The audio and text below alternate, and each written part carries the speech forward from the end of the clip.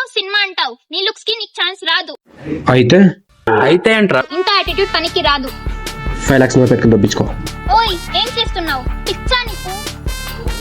తప్పదు. అసలు ఏం చేస్తున్నావు? ఏంటి పిచ్చా? హలో సార్, నేను విక్రమ్. డీల్ క్లోజ్ అయింది. మనకి ఇంకా 1 week లో ఫండ్స్ అంతా మనకు రావచ్చు విక్రమ్. ఓ పని చేయి, ఈసారికి రావని పని కాదు కానీ